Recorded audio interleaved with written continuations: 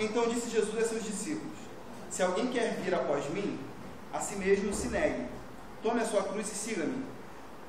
Porquanto, quem quiser salvar a sua vida, perdê-la-á, e quem perder a vida por minha causa, achá-la-á. Pois que aproveitará o homem se ganhar o mundo inteiro e perder a sua alma? Ou que dará o homem em troca da sua alma? Só tem. Nesse momento, peço que vocês fiquem de pé, vamos orar.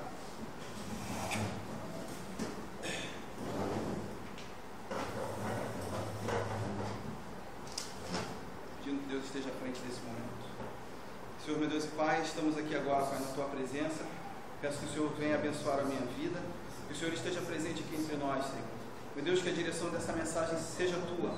Meu Deus, e que o propósito principal dela, Pai, seja alcançado, que é compreender um pouco mais da Tua mensagem, Senhor, da Tua pregação aqui nessa terra para nossas vidas, Senhor. Então, abençoa-nos nessa manhã e fala conosco, Pai. Eu preciso ouvir a Tua voz. Em nome de Jesus.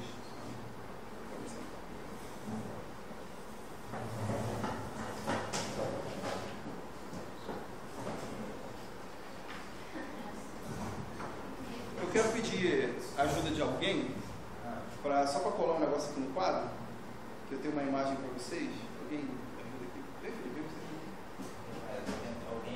você. Não, dá para baixinho também passar. Eu vou colar uma imagem ali. Oi?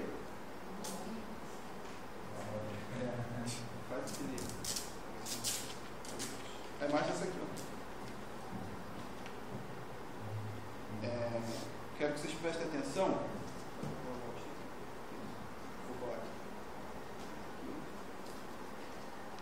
Presta bem atenção nessa imagem. Essa imagem aqui tem a ver, aliás, com esse texto que a gente acabou de ler, que a gente vai falar um pouco sobre essa mensagem que Jesus fala. Ele fala que ele que quiser vir após mim, negue-se a si mesmo, tome a sua cruz. Alguém já tem algum palpite aí do que tem a ver essa imagem? Alguém tem algo que quer arriscar? Eu falo, acho que... E alguém se arrisca?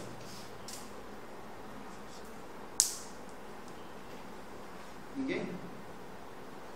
Nada vem à mente de vocês?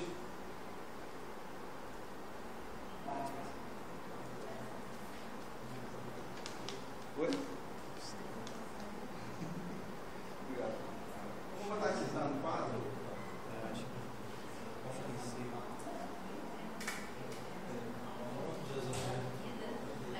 Como é que é? Como é que é? Fala aí. Trigo tem a ver com Jesus é o pão da vida. Sim, sim. Mas o que tem a ver?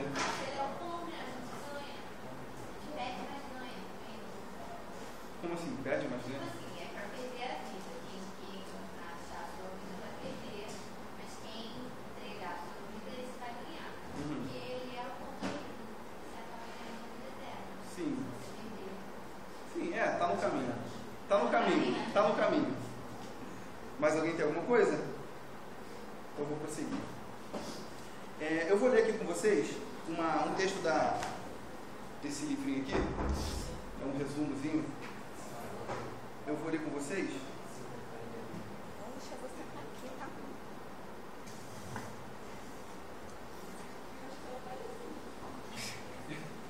Eu vou ler com vocês um pouquinho. E esse livro aqui... Tio, Oi. deixa eu pegar um pouquinho de folha aí que eu te dei todas as minhas folhas.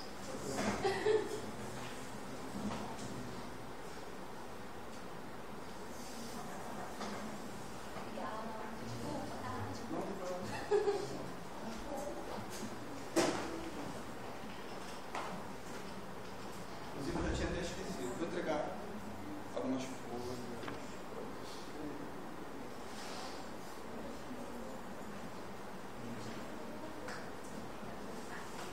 Vou entregar essas folhas para vocês aqui.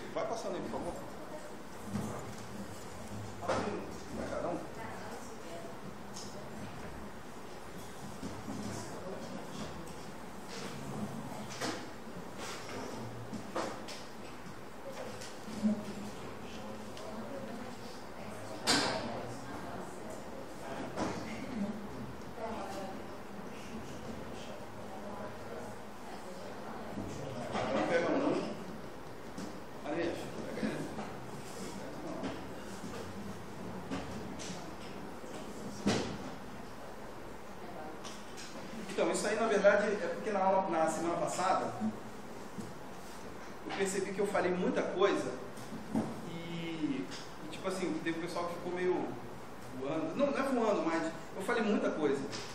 E eu acho que seria interessante vocês anotarem. Anota essa referência de hoje, Mateus 16. Qual que é o título da aula de hoje? É o chamado dos discípulos de Cristo. O chamado dos discípulos de Cristo.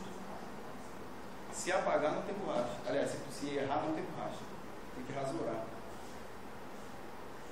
O chamado dos discípulos de Cristo. E o texto é Mateus 16, do 24 ao 26. Mateus 16, do 24 ao 26. Eu acho importante vocês anotarem, que ajuda também vocês a gravarem essas referências, porque esses textos eles são importantes, né, da mensagem de Cristo, são textos assim, principais.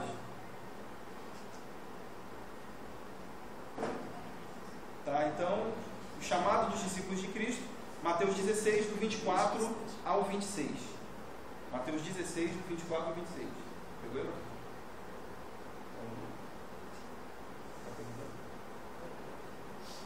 Aí eu vou ler aqui para vocês esse livrinho aqui. E ele vai falar um pouco do contexto histórico dos apóstolos. E assim como eu falei semana passada, né, Jesus ele era um rabino reconhecido em Israel. Jesus era conhecido como um mestre. Tanto que ele, se vocês repararem, vocês vão ver em diversos momentos Jesus ensinando nas sinagogas. A sinagoga era o templo dos judeus, era como se fosse a igreja aqui hoje, né? Então assim, as coisas que eu for falando e vocês acharem interessante, vocês vão anotando na folhinha, tá? As referências eu vou até repetir para vocês, mas vocês vão anotando o que vocês acharem interessante. Tipo assim, pô, não sabia dessa informação que ele falou, anota aí para gravar, e se tiver alguma pergunta, depois pode vir comentar comigo, perguntar, tá? Então Jesus ele ensinava nas sinagogas, né? Os líderes judeus, eles viam que Jesus tinha autoridade, as pessoas viam que Jesus tinha autoridade ao ensinar. E como eu falei para vocês semana passada, o grande sonho dos meninos judeus era que eles fossem como o seu mestre, era que eles se tornassem discípulos de um mestre, discípulos de um rabino. Então, desde criança eles aprendiam a Torá, desde criança eles aprendiam os livros do Velho Testamento, né, e eles decoravam esses livros. A educação em Israel, a prioridade da educação em Israel não era igual a nossa hoje. A nossa educação hoje a gente aprende matemática, português, a gente aprende história, né? O foco do aprendizado deles naquele momento era só a cultura israelita. Eles aprendiam a Torá, né? Eles aprendiam as leis, eles aprendiam a debater a lei, eles aprendiam isso, né? E eles debatiam a lei, e o propósito deles era como colocar em prática a lei. À medida que esses meninos iam crescendo, se desenvolvendo, os mais ilustres, né, os mais destacados, eles iam passando para níveis de conhecimento além. E aqueles que não se destacavam tanto, voltavam para sua casa e aprendiam o ofício da família. Enfim, aprendiam como trabalhar no campo, ou trabalhar em obra, ou como carpinteiros, enfim. E à medida que esses meninos iam se destacando, passando para os próximos níveis, o último nível de aprendizado desses meninos era aprender com um rabino, era aprender com um mestre. E aí, tendo contato com esse mestre, esses meninos aprendiam a debater a lei. Porque o propósito principal, o objetivo principal de Israel, direcionado para a lei, era como cumprir a lei. A grande preciosidade para Israel era aquilo: como é que a gente pode cumprir a lei? Então eles se preocupavam muito nisso. E o propósito principal dos mestres, né, era pegar aqueles discípulos, também tornar aqueles discípulos um dia rabinos também, que tivessem autoridade para interpretar a lei. Ok? E agora, os mestres convidavam os seus discípulos.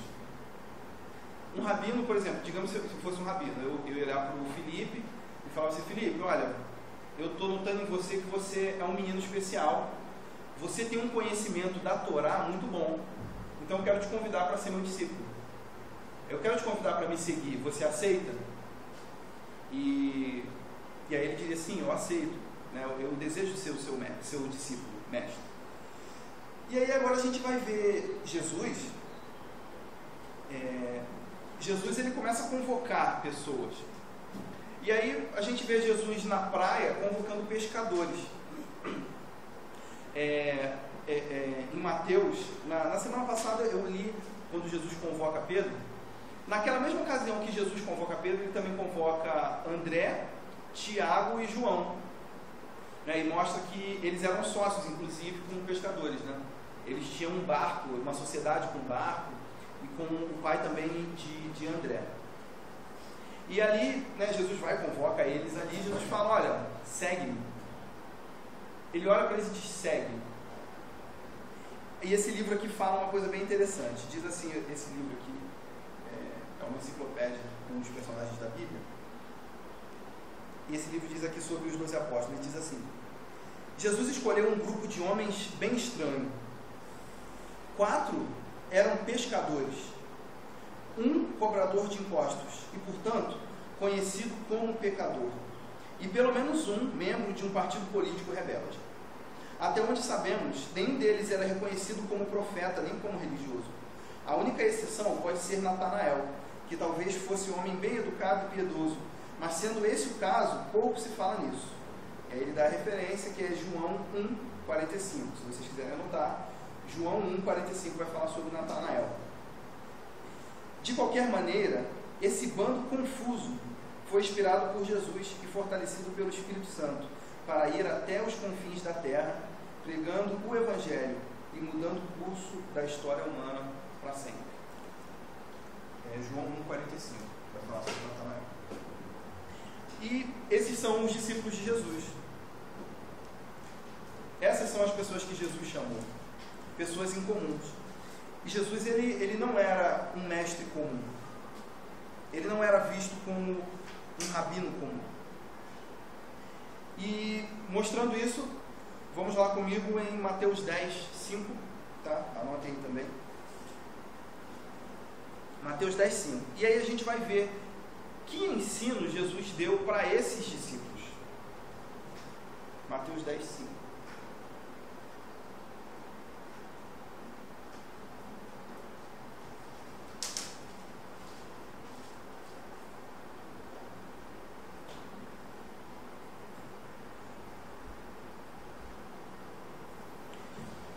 Nesse momento aqui, a gente tem que traçar aqui uma diferença, tá, entre seguidor e discípulo.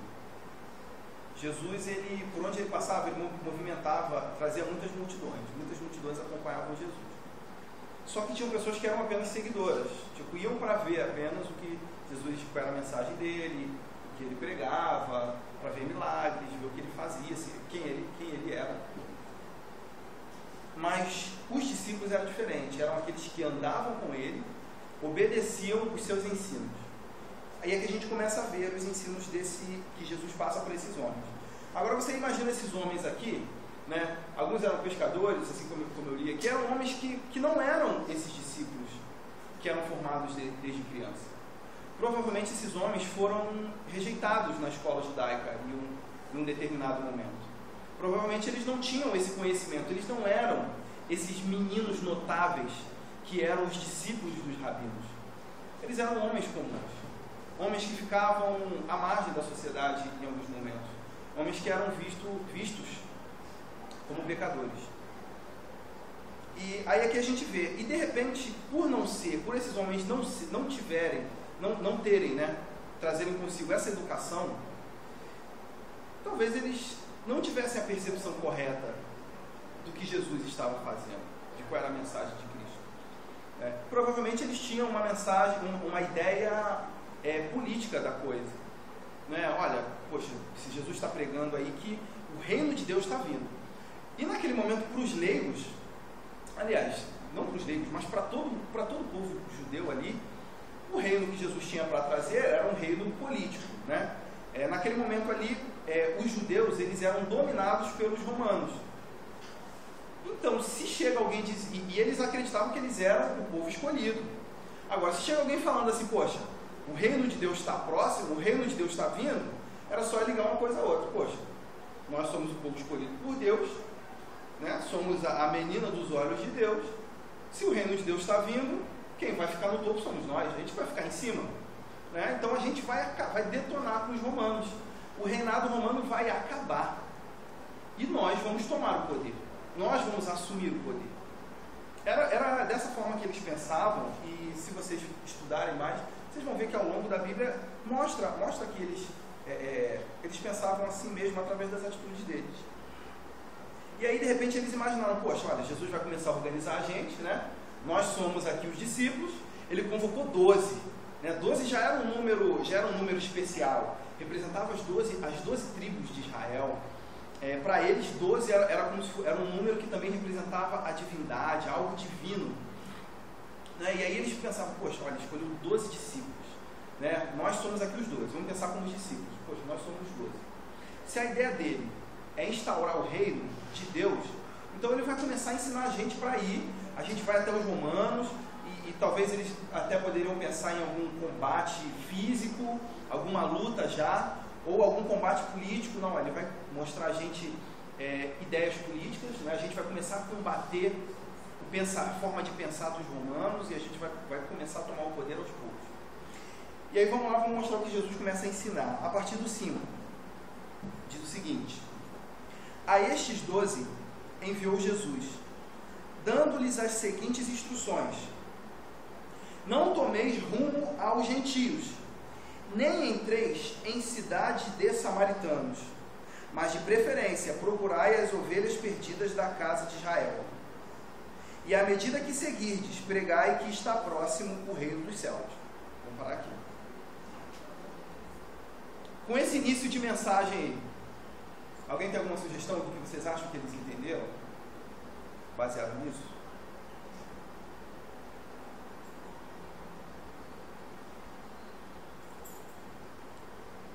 Provavelmente com esse pensamento, né, eles falam, bom, ele está falando aqui, ó, não é para a gente dar atenção para os gentios, não é para a gente dar atenção para os samaritanos, mas é para a gente ir atrás das ovelhas perdidas da casa de Israel. Então, oi? Primeiro ele veio restaurar o povo dele, depois a promessa para o gentio veio logo mais para frente. Exatamente. Vocês sabem o que é gentio? Quem não sabe o que significa a palavra gentio, levanta o dedo. Só não, sem ter vergonha não. Vocês sabem o que é gentio? Samaritanos, vocês também sabem?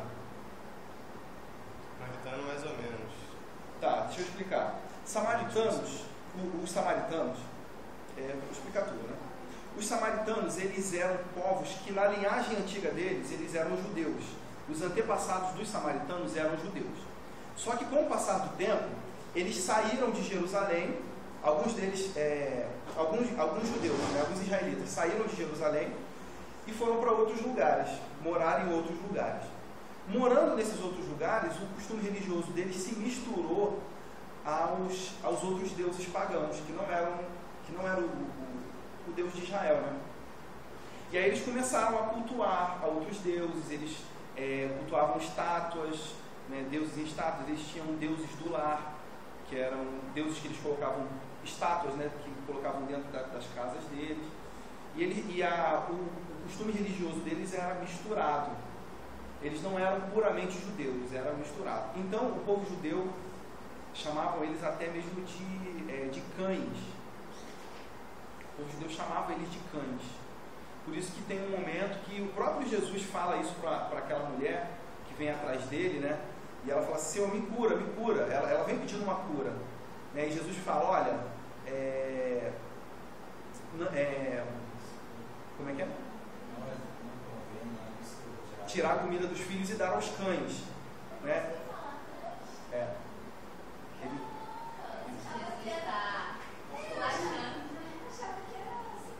Anota isso aí. Porque ele vivia naquela cultura, né? Anota isso que vocês Pegaram aí.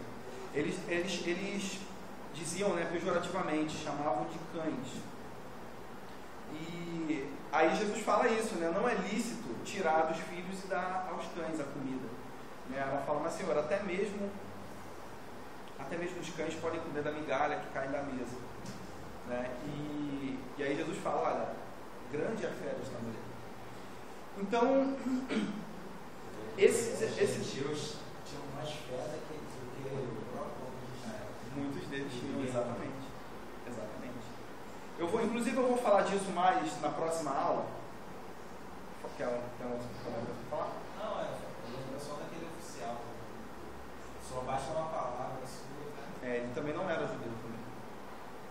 E eu vou falar um pouco mais disso na próxima aula, que nesse momento aí, a mensagem começa a ter uma abertura para os gentios, ok?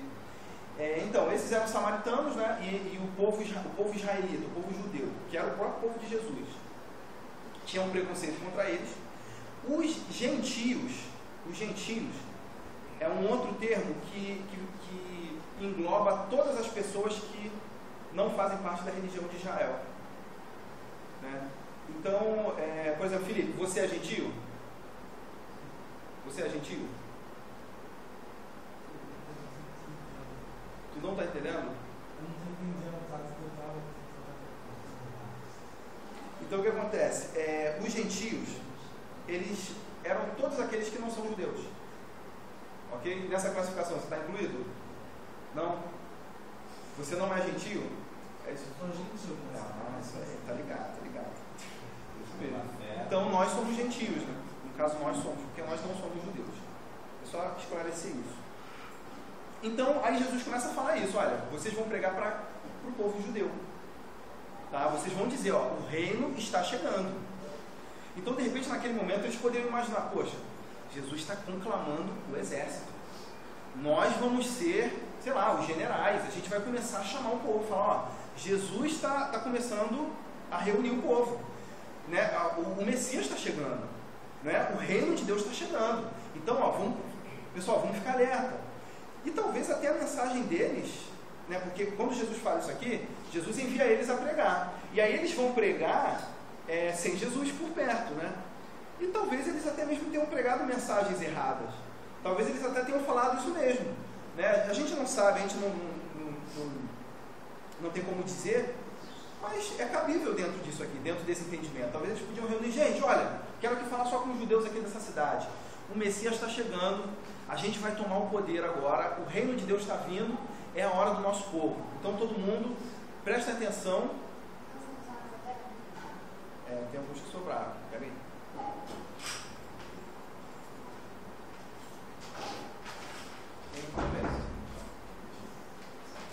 Então eles poderiam pregar isso. Olha, o Messias chegou, é a nossa hora de tomar o poder. Aí Jesus continua. À medida que seguirdes, né, pregai que está próximo o reino dos céus. Curai enfermos, ressuscitai mortos, purificai leprosos, expeli demônios, de graça recebeste, de graça dai. Não vos provereis de ouro, nem de prata, nem de cobre nos vossos cintos, nem de alforje para o caminho, nem de 2 túnicas, nem de sandálias, nem de bordão, porque digno é o trabalhador do seu alimento. E em qualquer cidade ou povoado em que entrardes, indagai quem neles é digno, e aí ficai, até vos retirardes. Nesse texto aqui até mesmo também podia reforçar isso. Procurar quem é digno. Para eles quem seria digno? Judeus. Né? Eles não entrariam em casa de samaritanos ou em casa de gentios. Ao entrardes na casa, saudai-a. Se com efeito a casa for digna, venha sobre ela a vossa paz. Se porém não for, torne para vós outros a vossa paz.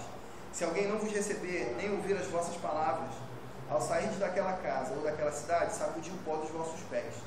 Em verdade vos digo que menos rigor haverá para Sodoma e Gomorra no dia do juízo do que para aquela cidade. Aí Jesus começa a falar de curas, começa a falar de milagres. E nesse momento aqui Jesus dá aos 12 a autoridade para fazer milagres, a autoridade para curar. E aqui é interessante, né, como eu falei a vocês, o maior desejo do discípulo é ser como o mestre. Não é falar como o mestre falou, Não é aprender o que o mestre aprendeu, é ser como o mestre. E aqui Jesus está falando, olha, eu estou dando autoridade a vocês fazerem o que eu faço. Curarem, operarem milagres. E para eles isso aqui era um grande sinal do Messias. Era um grande sinal. Na cultura deles, esse era um grande sinal do Messias. O Messias viria fazendo milagres também. Vamos continuar. No 16, acompanhe comigo aí. Eis que eu vos envio como ovelhas para o meio de lobos. Sede, portanto, prudentes como as serpentes, e simples como as pombas. Acautelai-vos dos homens, porque vos entregarão aos tribunais e vos açoitarão nas suas sinagogas. Por minha causa sereis levados à presença de governadores e de reis, para lhes servir de testemunhos a eles e aos gentios.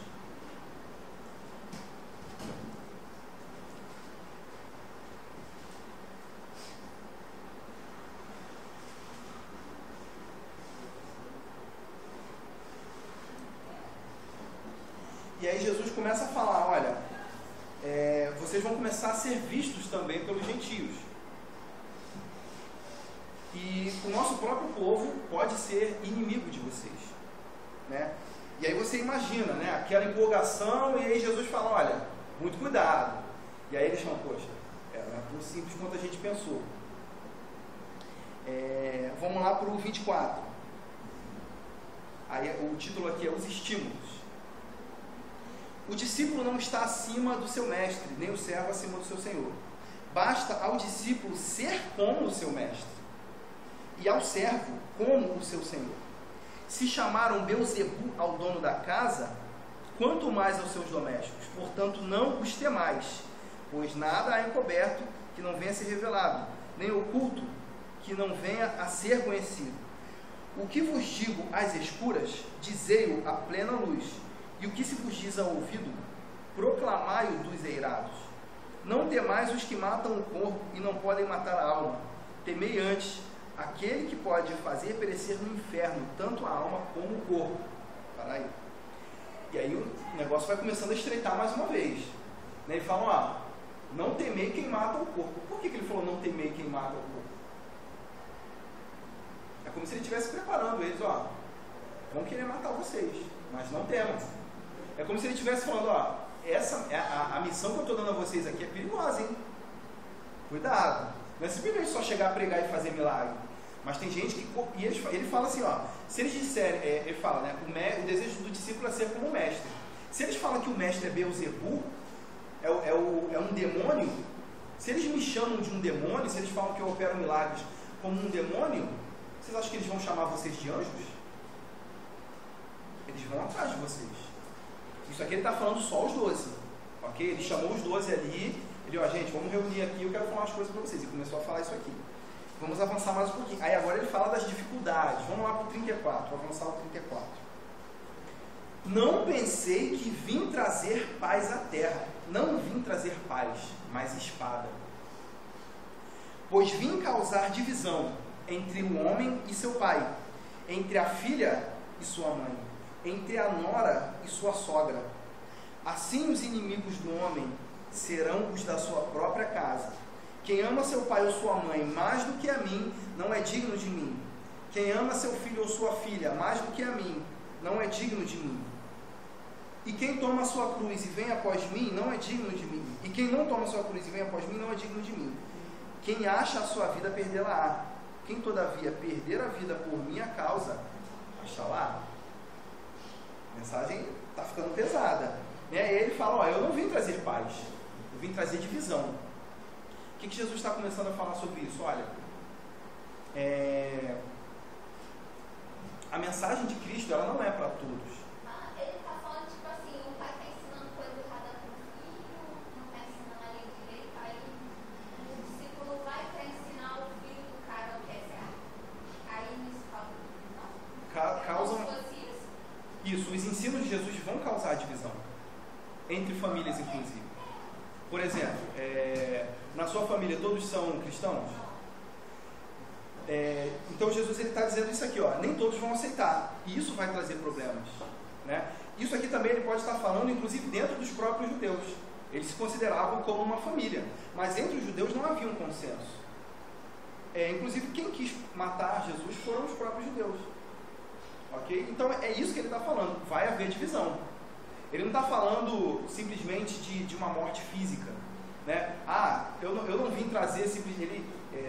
tanto que ele não incita a violência em nenhum momento. Mas ele está falando, vai haver divisão. E vai haver morte. A gente sabe que na história do povo cristão e do povo judeu, houveram mortes.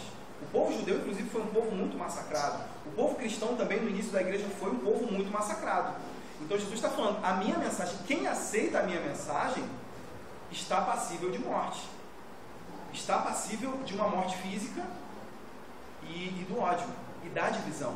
Ou seja, muitos aqui, por seguirem a mim, não vão ser aceitos pela sua família. Muitos aqui podem ser até expulsos das suas próprias casas por seguirem a mim. É isso que Jesus está falando. Lá no 40, aí ele vai falar das recompensas. Vamos lá no 40. Quem vos recebe a mim, me recebe. E quem me recebe, recebe aquele que me enviou. Quem recebe um profeta, no caráter de profeta, receberá o galardão de profeta. Quem recebe um justo, no caráter de justo, receberá o galardão de justo. E quem der a beber, ainda que seja um copo de água fria, a um destes pequeninos, por ser este meu discípulo, em verdade vos digo, que de modo algum perderá o seu galardão. Aí seguindo. Ora, tendo acabado Jesus de dar essas instruções a seus discípulos, partiu dali a ensinar e a pregar nas cidades deles.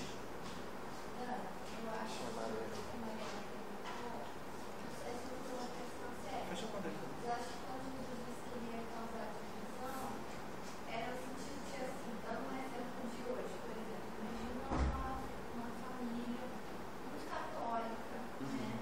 E aí as pessoas se convertem, muitos membros se convertem, imaginar que seja assim. E aí você imagina a pressão que esse cara vai passar e como que vai ser complicado para a família dele até aceitar, né, essa situação. Então meio que acaba tendo um racha de certa forma. É difícil para a gente imaginar isso, porque a maioria aqui já nasceu no Evangelho. Mas depois eu comecei a pensar por alguns exemplos que me deram, de uma pessoa que converteu e tinha um histórico familiar de uma família numa outra religião, causa mesmo um racha, né? Assim, é um processo difícil.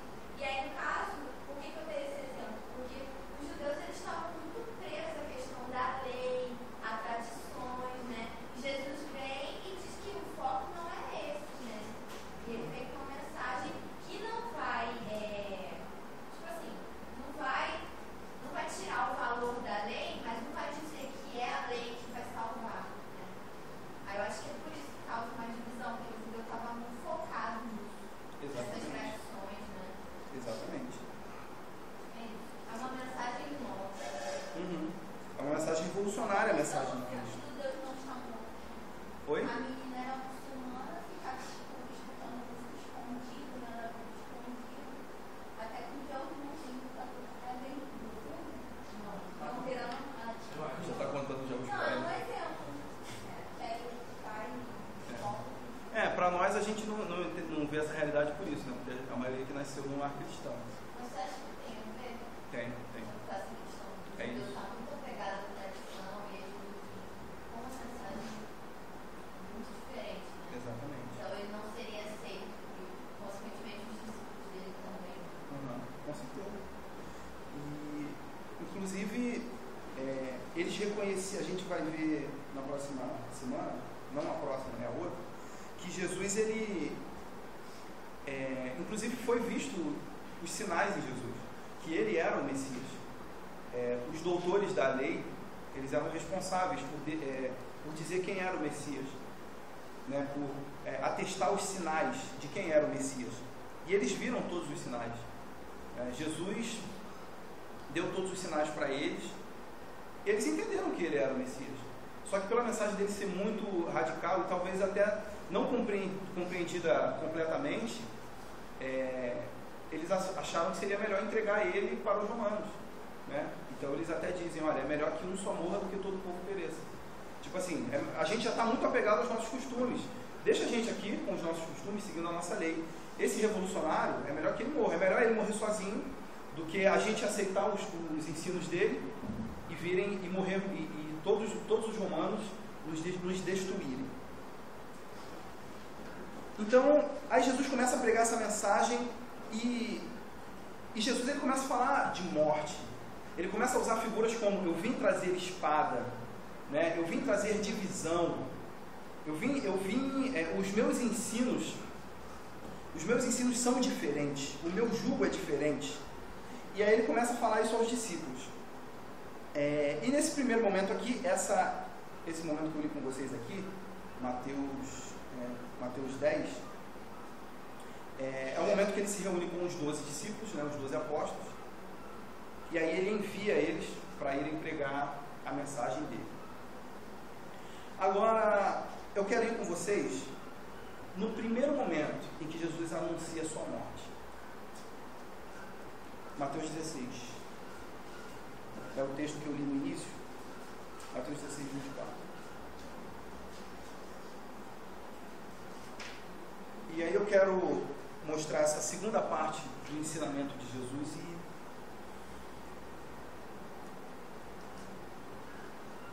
explicar a vocês o que tem a ver aquela imagem ali. A imagem do trigo.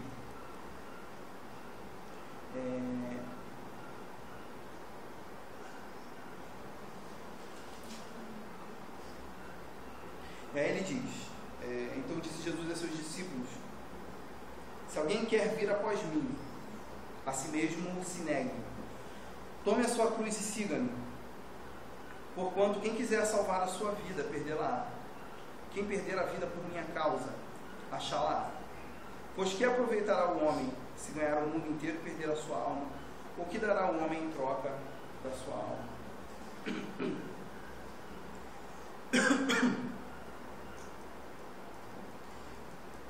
O que estaria Jesus falando nesse momento?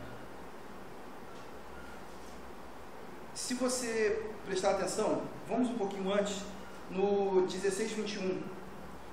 Na minha Bíblia tem um título assim: Jesus prediz a sua morte e ressurreição. Aí diz assim: desde esse tempo começou Jesus Cristo a mostrar a seus discípulos que lhe era necessário seguir para Jerusalém e sofrer muitas coisas dos anciãos, dos principais sacerdotes e dos escribas, ser morto e ressuscitado no terceiro dia. Ou seja, esse é o primeiro momento que Jesus começa a falar que ele ia morrer. Ok? Estão entendendo? Esse é o primeiro momento. Até o momento Jesus estava falando dos ensinos, que o reino de Deus era chegado, arrependei-vos, fazendo milagres, curando, mas nesse primeiro momento aqui, ele dá uma outra evolução na mensagem dele, um outro tópico, ele avança um outro tópico na mensagem dele. Olha, eu vou precisar sofrer, ir para Jerusalém, os doutores da lei vão me pegar e eu vou precisar morrer. E Pedro, chamando-o à parte, começou a reprová-lo, dizendo: tenho compaixão de ti, Senhor, isso de modo algum te acontecerá. Mas Jesus, voltando-se, disse a Pedro: arreda, Satanás, tu és para mim pedra de tropeço, porque não cogitas das coisas de Deus, e sim das coisas dos homens. Né? Coitado de Pedro. Né? Ele ainda chamou Jesus em secreto, né? Ele não repreendeu Jesus na frente de todos. Jesus, olha, não fala isso, tem amor à sua vida. E ele fala: olha, para trás, Satanás, se afasta de mim, seu pensamento não é divino, seu pensamento está sendo influenciado pelo maligno. Porque ele fala: você não está entendendo a minha mensagem, você não está entendendo o que eu estou dizendo. E Jesus era de fato esse homem firme, né? Em nenhum momento eu vou dizer para vocês que Jesus ficava o tempo todo passando a mão na cabeça das pessoas, né? Coitadinho de você, você não está entendendo, olha, coitadinho de você, fica comigo, ouve a minha mensagem, você está querendo ir embora, não me abandona não, fica comigo. Em nenhum momento eu entendo Jesus dessa forma, não. Eu entendo Jesus com uma mensagem firme, com um posicionamento firme, né? E Jesus, ele choca, né? Eu duvido que Pedro estava esperando aquilo. Olha, afasta de mim, Satanás. Como assim? Que isso? Eu estou falando para o bem dele, né? E então, provavelmente Pedro não entendeu, mas o que então que Jesus estava querendo dizer com isso? Por que Jesus falou isso? O que ele estava dizendo? Por que ele estava falando desse, olha, afasta de mim, se afasta de mim, Satanás? O que ele estava querendo dizer com isso? O que havia de tão especial na morte dele? O que havia de tão especial nessa coisa de tome a sua cruz e me siga? Venha comigo, aquele que quiser, venha comigo, tome a sua cruz. Jesus poderia estar falando de um conjunto de regras. Jesus poderia estar falando que ele iria criar uma nova religião, né? Como a gente já falou aqui, todos aqui nasceram em um lar cristão ou com uma influência cristã, mas se de repente vocês não fossem cristãos, vocês fossem de uma outra religião, né? De repente Jesus poderia estar falando aqui, olha, você vai largar a sua religião, vai vir para o cristianismo, simplesmente você vai parar de orar para o Deus que você orava, agora você vai orar ao Deus que se chama Jesus. Agora você, em vez de ler, por exemplo, o Alcorão, você vai ler agora a Bíblia. Em vez de você ir à sinagoga, você agora vai ir à igreja evangélica, né? Jesus poderia estar falando disso. E, de fato, quando alguém se converte, muda-se as práticas mesmo. Né? Quando alguém se converte a Jesus, ao cristianismo, muda-se as práticas. Mas ele não estava falando só disso. Isso também poderia estar incluído, mas não era só isso que Jesus estava falando. Ele poderia estar falando, por exemplo, de política, né? Olha, eu estou convocando vocês para até ir à morte, né? até o fim, para a gente tomar o poder. Esses romanos estão oprimindo a gente, né? Esses romanos estão nos colocando limites, nos impondo limites. Então eu estou convocando vocês. Lá em Jerusalém, eu quero todo mundo junto comigo. Lá em Jerusalém a gente vai começar a nossa revolução. Por lá a gente vai começar a atacar o Império Romano. Ele também poderia estar falando disso. De fato o Império Romano caiu. De fato Jesus, o reino de Deus, é muito mais poderoso do que foi o Império Romano. Hoje o Império Romano não existe mais. O tempo do Império Romano passou. Roma caiu. Mas nesse momento não era só disso, só de política. Aliás, não era de política que Jesus estava falando. Jesus, nesse momento aqui, para que a gente entenda um pouco, Jesus ele se dá alguns títulos, ok? Alguns títulos que Jesus se dá, eu gostaria que vocês falassem. Alguns títulos que Jesus fala de si mesmo. Como é que ele se apresenta? Alguém pode falar? Eu gostaria de ouvir vocês falando, não só eu falar. Filho do homem. Eu sou bom pastor, acho. Bom pastor.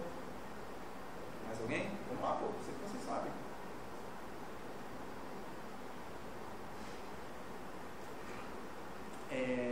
Filho do homem, filho, bom pastor. Tem um especial que era filho de Deus. Ele dizia que ele era o filho de Deus.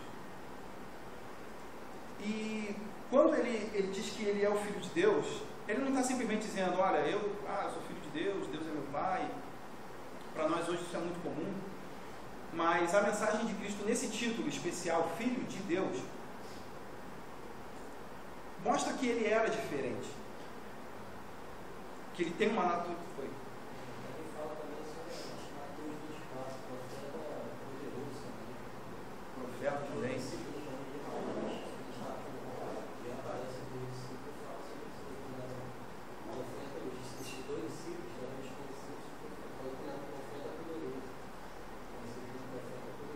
Exatamente. Um profeta também. E agora Jesus, como o Filho de Deus, ele está reivindicando para ele o lugar de Adão. Quando Jesus ele fala, ele não diz que ele é um filho de Deus. Ele diz que ele é o Filho de Deus. Ou seja, só há um que é filho. Mas ele não é o primeiro homem. Jesus não é o primeiro homem. Jesus não foi criado primeiro. Quem foi teoricamente criado primeiro foi Adão. Adão veio primeiro, é o primeiro homem. Mas em nenhum momento você vai ver na Bíblia Adão sendo chamado de filho de Deus. Você não vê ele sendo chamado tendo esse título. Mas por quê? Inclusive a gente vê futuramente, nas cartas de Paulo. Paulo, por exemplo, apresenta Jesus como o segundo Adão, porque fala que por um homem o pecado entrou no mundo e toda a humanidade foi atingida, mas também por um homem a salvação entrou e muitos foram salvos por este homem. E ele diz que este homem é Jesus Cristo. Esse homem não é eu, esse homem não é você, não é nenhum de nós que está aqui. Esse homem não foi João Batista, esse homem não foi Moisés, esse homem em especial foi Jesus. Ele era o Filho de Deus. Adão, a gente pode ver o pecado de Adão, né, apenas de uma forma superficial. A gente pode ver, o pecado de Adão foi a desobediência, né, todos nós concordamos com isso. Deus falou, olha, você não pode comer do fruto. Aí um dia ele foi lá, né, ele, enfim, estava no canto dele, a Eva foi lá, a serpente tentou a Eva, né, Eva foi enganada, comeu do fruto. Aí depois Adão foi lá e viu, vou comer do fruto também, e comeu. De uma forma superficial, a gente pode ver dessa forma assim, ele simplesmente foi lá e comeu o fruto, né? O que tem a ver com comer um fruto? Não, uma fruta, uma maçã, uma uva, uma pera, não tem nada demais. Mas tem sim, algo muito mais profundo e muito mais terrível na atitude de Adão do que simplesmente comer uma fruta. Olhando superficialmente, exteriormente, a gente está vendo isso. Mas Adão, ele foi rebelde. Adão, ele comeu não enganado, ele comeu sabendo, né? E alguém pode dizer, não, mas ele amava muito a Eva, não queria deixar ela sozinha, né? Foi um ato romântico. Agora imagina vocês, meninas, né? O amado de vocês vai lá, né? Vocês são enganadas, amado, come aqui uma frutinha e tal, aí o amado come, né? E você pensa, poxa, que prova de amor. Aí quando Deus chega e fala assim, Adão, o que você fez? Ele, aqui, o pé dela. Ela que comeu. Que prova de amor. Imagina vocês, né? Que prova de amor. Ele não simplesmente foi uma prova de amor, não foi simplesmente um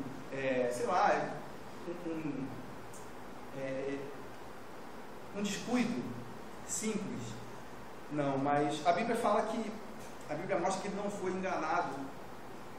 E Adão sabia que aquele fruto daria o conhecimento do bem e do mal. Inclusive a serpente fala, olha só, o discurso da serpente é o seguinte, Deus, ele não quer que você coma o fruto, porque quando você comer, você vai ser igual a ele, sabendo o bem e o mal. Não é Deus mais que vai dizer o que você tem que fazer, você agora vai dizer. Adão sabia disso. No momento que ele come aquele fruto, era como se ele estivesse dizendo, olha, Deus, agora eu vou decidir o que é o bem e o mal. Olha, eu não quero, Deus, muito obrigado por tudo, tá? Muito obrigado mesmo, mas eu quero decidir agora o que é o bem e o mal. Você está dizendo que eu não posso comer disso aqui, que eu tenho que cuidar dos animais, que eu tenho que cuidar daqui do jardim, mas eu quero outras coisas, eu quero o meu caminho. Eu não quero mais ficar aqui contigo, te ouvindo todo dia. De repente eu posso até voltar aqui, né? Eu estou aqui fazendo uma ilustração, mas eu posso até voltar para te ouvir, mas agora eu quero seguir o meu caminho. E a figura de Adão é uma figura de um filho rebelde, de um filho que diz, eu sou o meu Deus, eu sou o meu próprio Deus.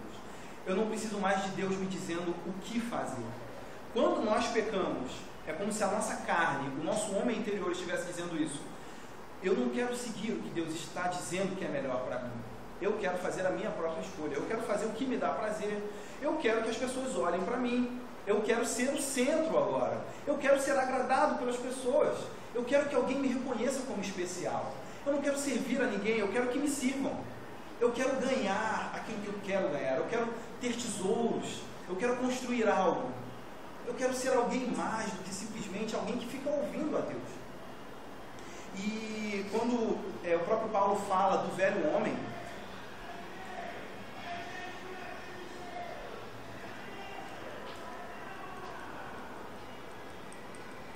ele fala do velho homem que está em nós E esse velho homem faz referência a Adão, que Adão é o primeiro homem, né? É o mais velho, é o velho homem. E ele fala do Adão que está em nós, né? Da nossa natureza carnal. A nossa natureza carnal a todo momento quer se rebelar contra Deus. A todo momento quer sair debaixo da autoridade divina, da autoridade de Deus. Então, se Deus está falando que eu não posso comer isso, problema, eu não quero mais saber do que Ele está falando. Eu quero comer, pronto, e acabou. Eu quero fazer e acabou. Deus não vai me impedir. Essa lei de Deus, eu não entendo por que isso. E outra, Deus disse que o homem ia morrer. Do momento que comeres, morrereis. E assim que eles comeram, eles morreram?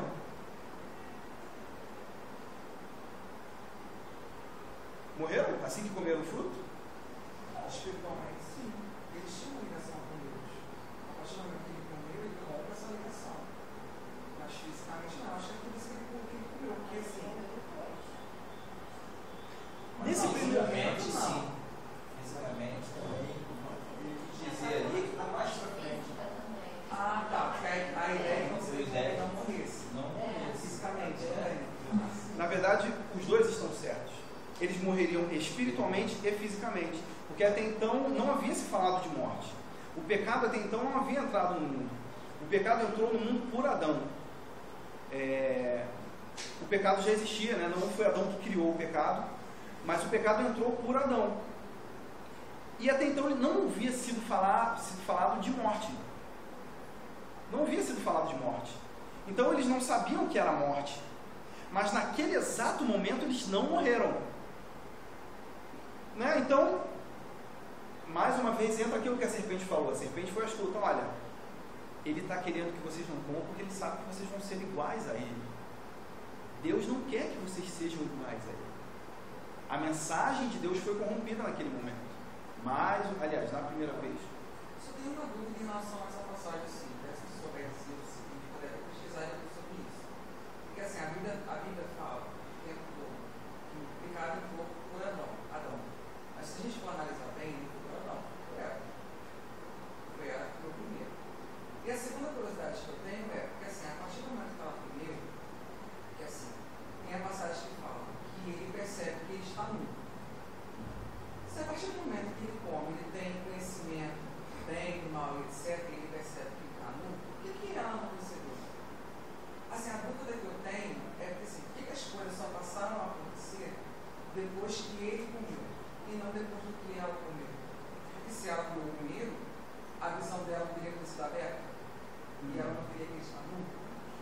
O tempo todo a gente vê que a Bíblia responsabiliza ele, né? Agora, mas é aí que está. Por que responsabiliza ele? Porque ele estava consciente do que ele estava fazendo. Mas ela não. Não, ela foi enganada. Ela foi enganada pela serpente. Ele sabia também, né? Que Deus tinha falado para ele antes de se ele comesse daquela árvore, ele morreu. Exatamente. Eu posso falar isso mais profundamente no próximo momento? Às vezes o fruto também pode ter com o fruto. O cara não pode saber se aquilo foi tirado lá, mas devia ter alguma coisa especial naquela árvore. Não, ele sabia. Não, assim, para diferenciar daquilo tudo. Não, só pelo fato de Deus dizer, ó, daquela árvore você não vai comer, ele sabia. Né? E falava que tinha frutos desejáveis. Lá no campo. Vamos ver, você estava falando do outro lado do lugar. Daqui a pouco vem ela, nada. Você não sabe se a árvore está lá. Não, mas tinha uma diferença. Tem alguma coisa diferente. Tinha uma diferença. Eu acredito que tinha diferença, sim. Eu acredito que sim. E Deus tinha discriminado. Ele falou, ó, daquela árvore ali você não pode comer. E nesse momento aí, no início, há uma diferença entre a responsabilidade do homem e da mulher, né? Deus, na verdade, joga uma responsabilidade muito maior sobre o homem. Inclusive, todas essas ordens, essas ordenanças, a gente vê Deus falando a Adão, ao homem, olha, colocando os limites, dizendo, Adão, você vai cuidar do jardim, você vai... E a Eva iria ajudá-lo, né? Mas em todo momento a responsabilidade seria dele. Então, eu acredito, o que eu entendo hoje desse texto é isso. Eu acredito que a responsabilidade estava sobre ele sabia muito bem o que ele estava fazendo, de fato ele quis se rebelar e ele sabia que aquele era o fruto, entendeu? E ele comeu consciente. Vamos dar só prosseguimento aqui, que eu vou encerrar aqui. Então, esse é o velho homem. Adão é o velho homem. É a natureza que está em nós, que se rebela contra Deus. Agora, a diferença de Jesus para Adão é muito clara, muito clara. Jesus, qual era o prazer de Jesus? Em diversos momentos Jesus dizia: o meu prazer é fazer a vontade do meu Pai. O prazer de Jesus era fazer a vontade do Pai. O prazer de Adão era fazer a sua vontade. Em primeiro lugar, era a voz de Deus, a ordem de Deus para Jesus estava em primeiro lugar. A opinião de Deus, o que Deus tinha a dizer, estava em primeiro lugar. Para Adão, bastou Eva trazer o fruto que ele desobedeceu a Deus. E ele não colocou a opinião de Deus em primeiro lugar, a lei de Deus em primeiro lugar. Jesus se doava para os outros. Jesus prega que nós devemos nos doar para os outros. Adão, mais uma vez, pensava em si, pensava no que era seu. Então Jesus, ele vem diferente de Adão. Jesus, ele reivindica para ele a posição de Adão, a posição de primeiro homem, a posição de filho verdadeiro, a posição de o filho e não de um filho. Ele era o filho, porque ele não pecou. Em nenhum momento Jesus se rebelou. Então, quando Jesus vai dizendo: olha, eu quero que vocês me sigam, ele está querendo dizer aqui o seguinte: esse caminho que vocês estão seguindo é o caminho da carne de vocês. O caminho da lei, simplesmente seguir regras, não vai salvar vocês. Mas eu estou pedindo a vocês: me sigam. Eu estou dizendo a vocês: me sigam. Não sigam o caminho de Adão. Não sigam a carne de vocês. Não sigam seus próprios desejos. Me sigam. Eu estou indo para Jerusalém. Eu estou indo levar uma cruz. Me sigam. Me sigam na minha morte. Porque quem seguir na minha morte e quem morrer junto comigo, quando eu ressuscitar, vai ressuscitar comigo. Quando eu vou morrer, eu estou pegando a cruz, eu estou tendo uma morte vergonhosa diante dos homens. A opinião dos homens não está mais contando para mim. Isso não é o mais importante, não é o que os homens dizem, porque a cruz era uma morte vergonhosa naqueles tempos. Só os ladrões, só os piores homens morriam na cruz. Eles morriam subjugados pelos romanos. A morte de cruz era a morte dos romanos. Eles matavam, crucificavam, humilhavam ali as pessoas, os criminosos. E Jesus estava falando: para mim não importa o conceito de ninguém, para mim não importa o conceito de romanos, para mim não importa o conceito do que os judeus acham, segundo as suas próprias leis, para mim não importa, porque o meu caminho é humildade, o meu caminho é morte, o meu caminho é cruz, mas o meu caminho é vida depois da morte. O meu caminho também é vida. E a gente vai, eu peço vocês que abram Romanos 6. Anotem esse texto aí. Esse texto de Romanos 6 é um texto chave para explicar isso que eu estou dizendo.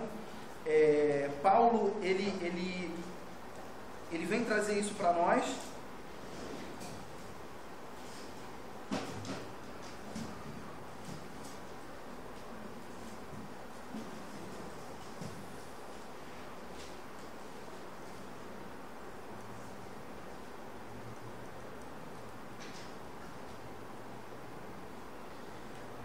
Vamos ler a partir do 1. Que diremos, pois? Permaneceremos no pecado para que seja a graça mais abundante? Paulo aqui começa a falar sobre o pecado, né? Que alguns achavam que a graça era simplesmente um motivo livre para pecar, porque Deus perdoa tudo. E aí ele fala: não é isso não. A graça não é para vocês, não é para nós cristãos um motivo para a gente pecar e simplesmente sair pedindo perdão, para a gente abusar da graça. E ele fala: que diremos, pois? Permaneceremos no pecado para que seja a graça mais abundante? De modo nenhum. E ele fala até com um tom de indignação: de modo nenhum. Como viveremos ainda no pecado, nós os que para ele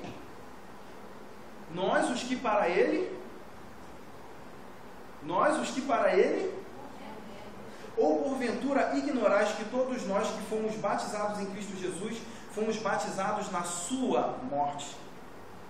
Fomos, pois, sepultados com ele na morte pelo batismo, para que, como Cristo foi ressuscitado dentre os mortos pela glória do Pai, assim também andemos nós em novidade de vida. E aí, aqui no 5, ele esclarece, ele bota claramente aqui que Jesus está querendo dizer. Porque se fomos unidos com Ele na semelhança da sua morte, certamente o seremos também semelhança na sua ressurreição. Sabendo isso, que foi crucificado com Ele o nosso velho homem, para que o corpo do pecado seja destruído, e não sirvamos o pecado como escravos. Porquanto quem morreu está justificado do pecado. Ora, se já morremos com Cristo, cremos que também com Ele viveremos, sabedores de que, havendo Cristo ressuscitado dentre os mortos, já não morre, a morte já não tem domínio sobre ele. Nesse texto aqui, Paulo começa a explicar isso, e Paulo explica de uma forma clara. Jesus chama para a morte, chama para a crucificação de Adão, para a crucificação do nosso eu. E Jesus, ele reivindica a posição de filho, porque o filho obedece, o filho tem prazer na vontade do Pai.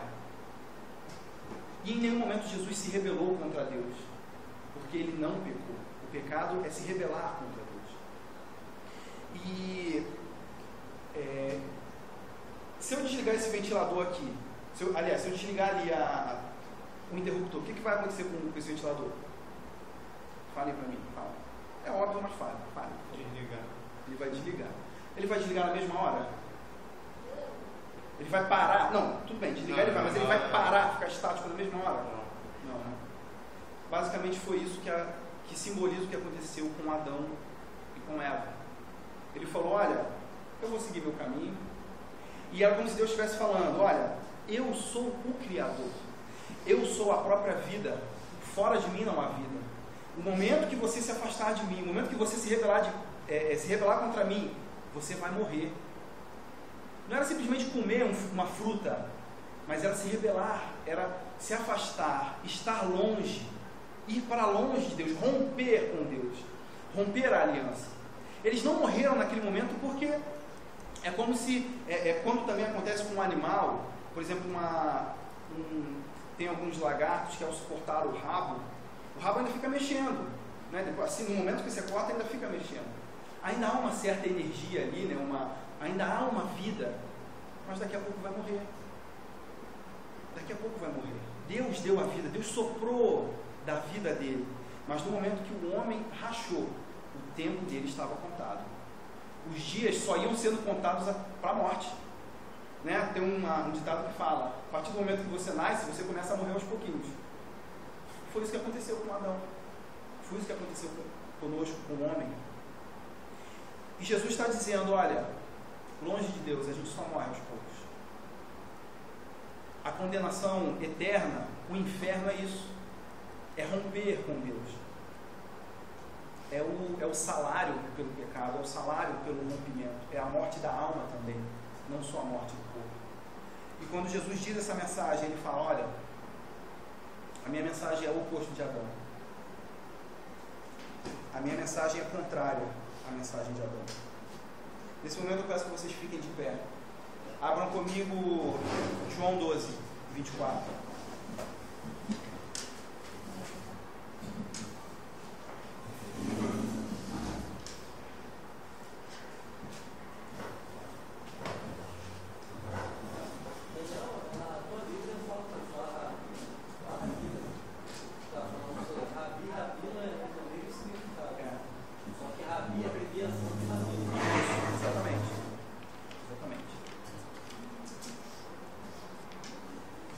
Semana que vem eu vou falar sobre a crucificação. O título vai ser. Semana que vem não, desculpa. Na outra semana que vem, por ser eleições, não vai ter. Eu acredito que não. Oi? Segundo turno. Bom, como não teve culto aqui na primeira, também acredito que não vai ter agora no segundo turno. E semana que vem eu vou falar sobre. Semana que vem não. Na próxima aula eu vou falar sobre a crucificação. A gente já está chegando ao finalzinho do ministério de Jesus. Dizer que ele morreu por amor. Mas por que ele morreu por amor? Como assim por amor? E E encerrando aqui o que a gente falou hoje aqui, essa mensagem de Jesus convocando, né? Jesus convocou, Jesus anunciou que ele ia morrer. E agora vocês podem entender por que Satanás era contra a morte dele. Porque a morte de Jesus não era simplesmente a morte de um inocente. Foi uma escolha dele. Jesus escolhe fazer a vontade do Pai. Jesus decide fazer a vontade do Pai.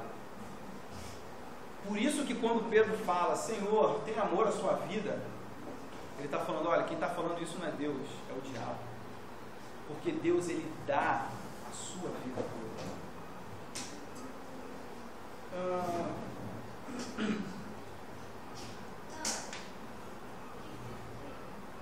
João 12, 24.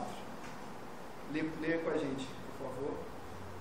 Em verdade vos digo, se o grão de trigo caindo na terra não morrer, fica ele só.